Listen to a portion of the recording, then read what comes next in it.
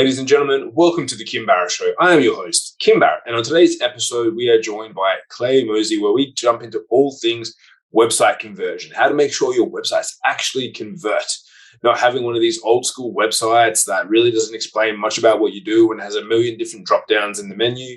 In this episode, we dive deep into the actions that you can take to increase your conversions on your website. And of course, if we can help you with your conversions, head over to our Facebook group, facebook.com/groups/online business hub. We've got everything you need there and more. Until then, though, let's jump into the show.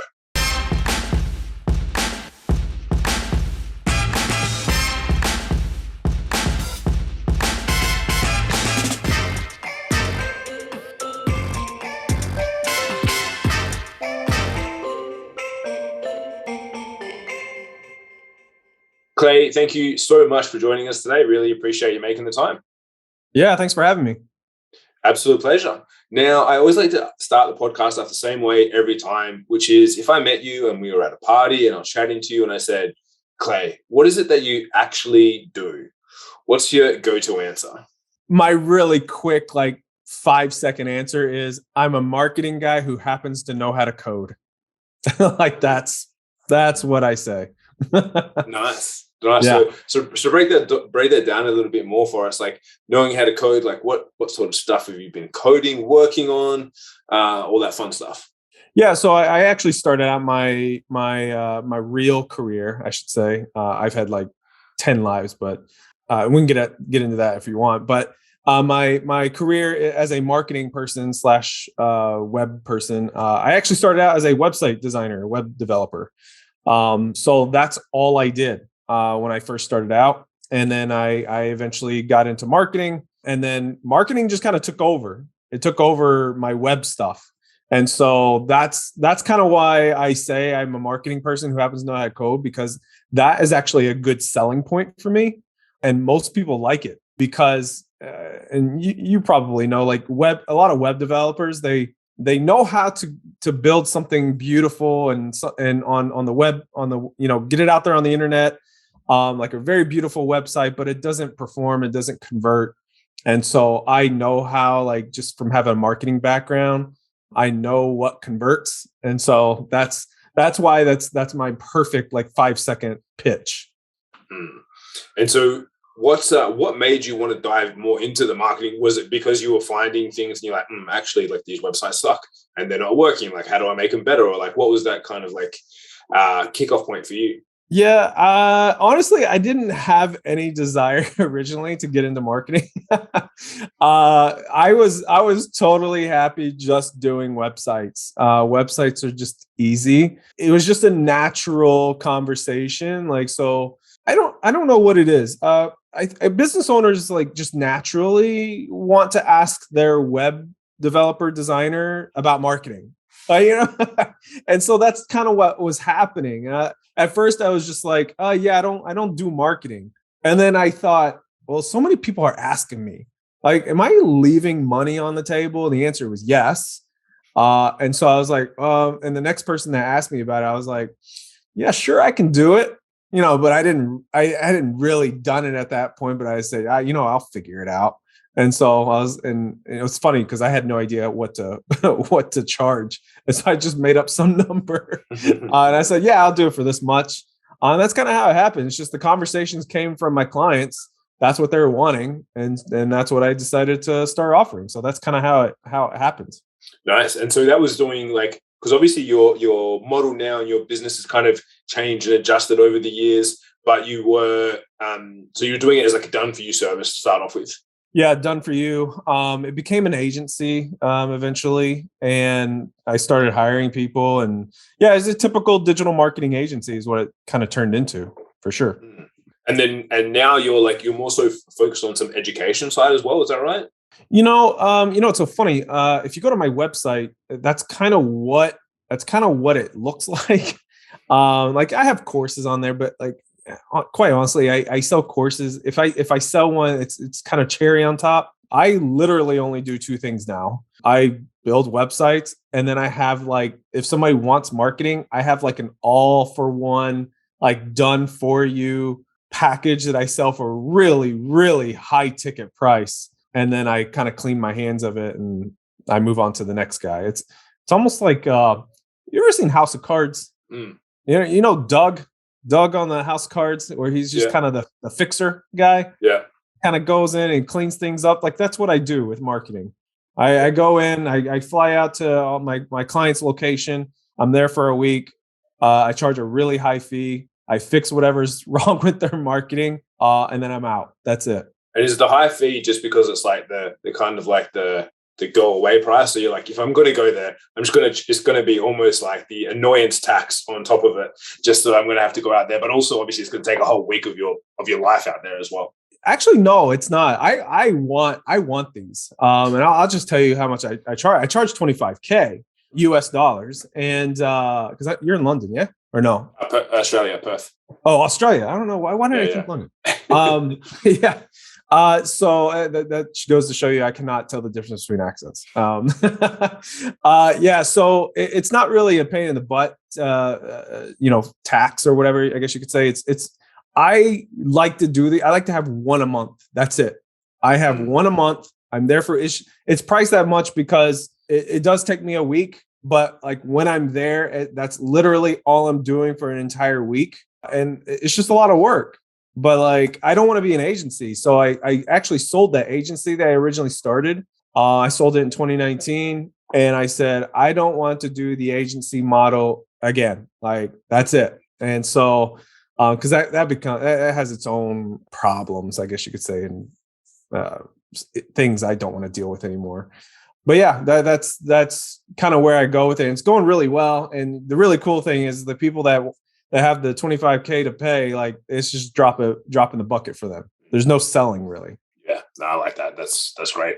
And yeah, it does. And obviously, and I always speak to clients about this all the time, and they're like, what if I'm going to charge this much? Will they see value in it? Will it be worth it and whatnot? But as you say, if you're going out and spending a whole week with someone, by charging that much means that you can do that. If you were charging $5,000, it would be pretty hard for you to go there, spend 5 full days and give them your full attention. You're like, I better do some other stuff in the meantime because I'm not really getting like the full amount that I'm worth out here.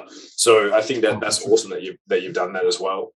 I mean, travel's going to cost like between $1,000 and $2,000, depending on where they are. So like that by itself is just there's cost of goods sold right there. Yeah, 100%. And then on the website side of things, like what are the biggest things that you see? Because I know you work with a lot of service providers and things like that as well, which are like a huge portion of people that listen to the show.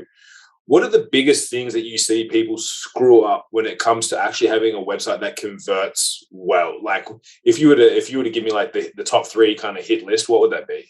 Oh man, that's a good question. Number one is I think number one is copywriting straight up.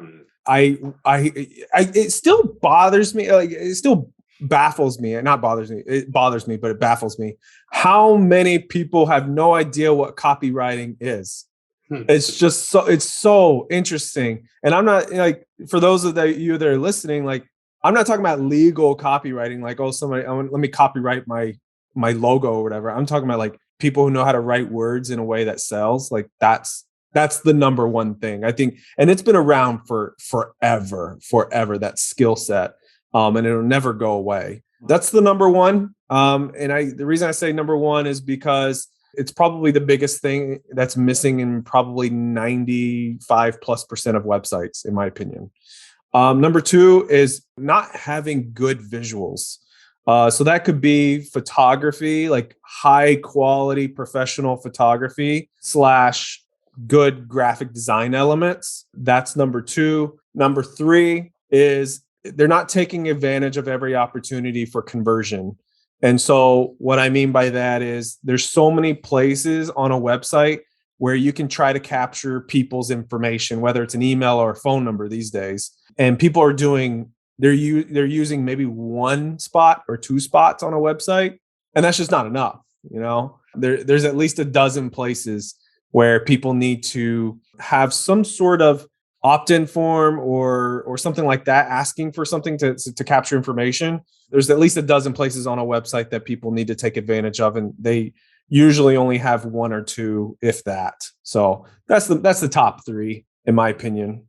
And being that you were kind of like, you fell into marketing, you didn't really want to do it to start off with, from a copywriting perspective, like what were some of your early influences from that side of things? Like, was there anyone or anything that kind of stood out to you as like a bit of a inspiration when it came to copy and things like that? Yeah. So there's a couple guys. One of them, I don't remember his name, but his book is like when I say book, I mean, you could read the thing in 30 minutes. It's like it's more of a pamphlet, I would say.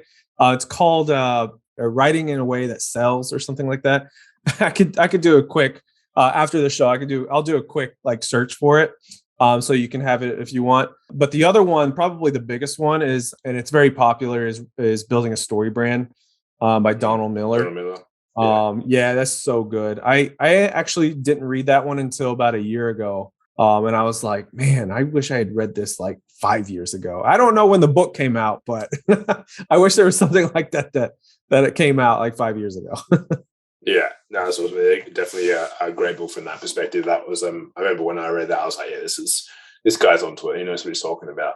Yeah. And being that you're also a coder, so you've got a bit of that technical background, are there any technical things that you see, like whether it be like page load speed, things like that you see also a lot of people's kind of websites? Because I always see there's probably like three types of websites people have, which is like one they throw out themselves and something like Wix or a ClickFunnels or a landing page builder. Then there's one that they paid someone on Fiverr like $500 to do. And then there's one that's actually been like professionally like designed by a website developer.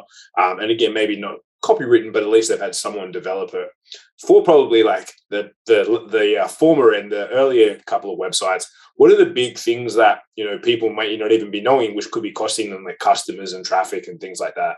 Yeah. Well, first I want to say, like, I'm a huge fan of Squarespace or Wix. Just because you bring it up, I want to say this.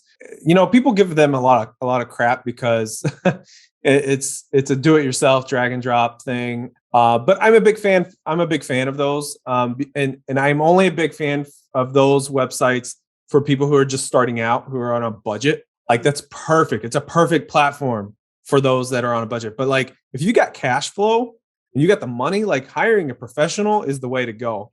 And so, but to answer your question, I work strictly with WordPress. So I'll talk about this from a WordPress perspective. Page speed, 100% is a key issue. I don't know about you, but like when something that takes about literally a half second slower than I'm expecting, I'm super pissed. You know what I mean? Like it could be anything. It could be page speed, but it could also be, it happened to me today, like the streaming services like Netflix and Amazon Prime. Like, I don't know what it is, but Amazon Prime is super slow as far as their user interface. And when I hit the button, it like takes 2-3 seconds for anything to actually happen. Like hit the button on my remote. And I'm like super pissed. Like I should not get pissed about that. It's only 2 seconds. You know what I mean? But like, imagine going. So you imagine back when we had dial-up internet and things like that, and you'd literally load a page, you like go to the bathroom, come back, wait to see if the web page is loaded. But now it's true, yeah, you get so frustrated if it's just a few seconds.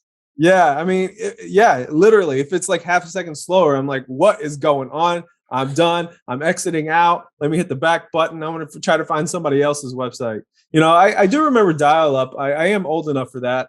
I grew up with dial-up, and I remember, it's a funny story because I remember like downloading music albums, and I would queue it up the night before to download like 12 songs, and I would just let it run all night. Like, that's how long it took. It's all about, like, crazy. It's all relative, right? It's like that was super fast back then, but nowadays, like, page speed is so key. Also, one other thing this just annoys me as a user. I need to be able to find what I'm looking for very, very easily. In my opinion, it shouldn't take any more than 3 clicks. Yeah. If I gotta click more than 3 clicks, it's too far down the rabbit hole. I don't have enough patience for that. So that's my thing. I don't know if that's a technical thing, technically, but that's I would say those are my two top things. And what do you see like what are things that should be easy to find, as you say, that core information? Because I know some people, and again, there's like almost like two camps where it's like, yeah, or three again. Like you've got someone who's got it pretty well laid out when they've got their like navigation bar. Then you've got someone who really has like nothing there, or you have someone that has everything. You click and it's like 75 different drop downs. Like, is there kind of like a happy medium in that space where it's like, cool, these are the core things people are looking for to make them easy, and then the rest of it, say if they need to go, like, you know, if they're deeper down looking to find about what was your first dog's name when you were when you were a kid or something like that, as a founder of a company, they can go through the archives for that. But like, what are the sort of the key things to have? So you mentioned the navigation menu. Big mistake is a large like navigation menu, like lots of drop downs. I don't know what it is. It's super popular among service providers like doctors, dentists, chiropractors, like that kind of profession. They love drop down menus. And I don't know if it's because like their SEO person has them doing this or whatever, but it's like, it's total crap. Where let's just say, for example, a chiropractor, they'll have the main navigation link will say, it'll say like symptoms, right? Or conditions. And then if you hover over it, there'll be a list of literally 20 different conditions, you know, back pain, neck pain, anxiety, headaches, migraines, like the list goes on. And then there's a completely separate page for each one of them, which is fine. But what bothers me about this is if you click on it, there'll be literally like 2 sentences for each one. I don't know. I think this is coming from like an SEO person, someone who's not that good at SEO, who's telling them, hey, you need to have all these like a really long drop down menu. So the problem with that is that if it's confusing or overwhelming to a user, they're done.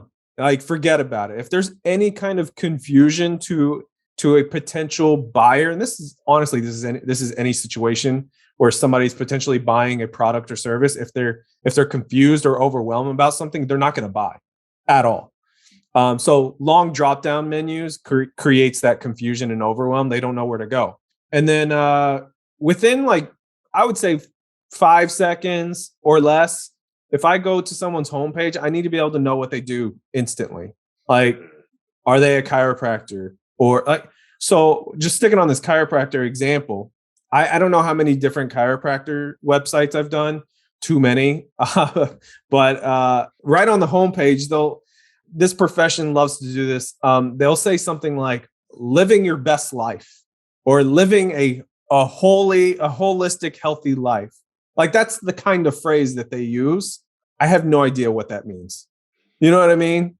If I wasn't looking for a chiropractor, I would have no freaking clue what that means. Does that mean chiropractic? Does it mean nutrition? Does it mean exercise? I don't know.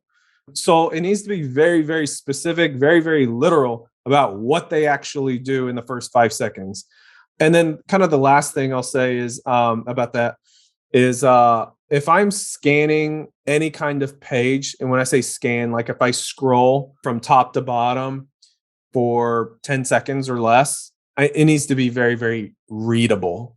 So like the use of bold headlines, lots of bullets instead of like long narrative paragraphs, things like that, things that are like super easy to skim. That makes something very, very easy to read.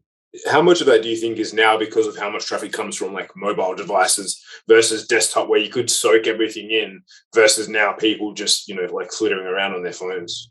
I don't know if I don't think it's necessarily the type of device that they're on. It could be. I think it's more so of the fact that we as technology has evolved, and us as human beings are getting hit with so many different marketing messages. I think it's more of that, and the fact that we now have less attention span.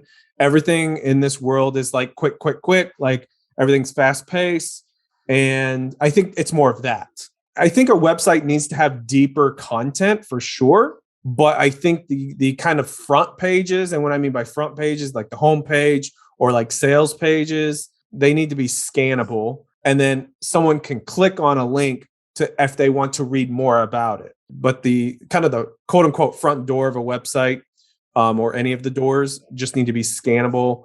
And then they can go down the rabbit hole from there if they want to. But you just kind of have to assume everybody who's going to your website is kind of a first time viewer. Yeah, I think that's so important, as you say, because a lot of people they don't take that into consideration, that it's someone completely cold. Like they might just be clicking off of Google, coming there, and or they especially, I think sometimes guys in the chiropractical spaces like that, where they're like, oh, people just come back all the time to my website, and they don't take that into consideration. So yeah, that's hugely powerful for sure. Now, Clay, as we get towards the end of our time here together, I always like to ask same question to every guest, which is there a question which I didn't ask you that I should have? Oh, that's a good question. Is there a question that I wish you had asked me that you haven't? I guess I would say, okay, here's a good one. So this is just from a marketing perspective. I'd say the question is, what's the best marketing strategy? All right, that's a super broad question. And I'm going to answer it like this because I don't think people do this. The way people need to think about marketing is they need to think about it like a car. This is the best analogy I can think of. The problem that most people do is just like, imagine you have a garage full of car parts, right? Just spread out all over the floor. They're all good parts.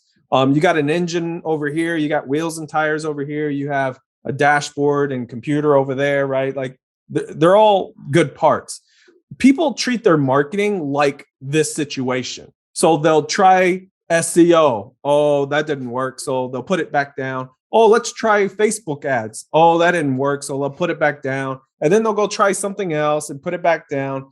The reality is that all of these things need to communicate together as one machine. And so you have to basically build the car, so to speak. You have to put all these things together. So you got to have a website, but not only do you have to have a website, you have to have the right landing pages and sales pages, funnels, whatever you want to call it. You got to have the right, take advantage of all the opportunities to capture information. But like the fact is that, okay, now how do people actually find it? Well, you got to have SEO, maybe Google AdWords, Facebook ads, all working kind of simultaneously. But then like what happens whenever you capture their information on the website? What happens at that point? Well, that's where email marketing, text messaging comes into place. And then like what happens when they become a client? A lot of people will do no marketing at that point. No, like that's a big mistake. Retention marketing actually needs to happen at that point.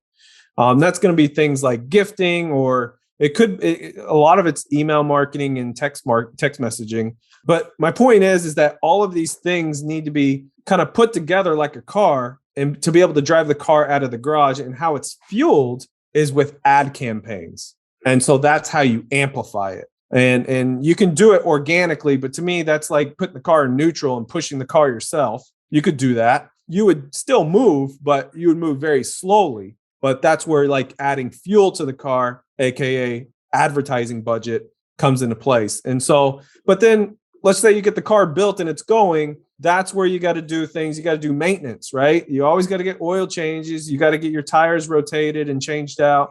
Same thing with marketing.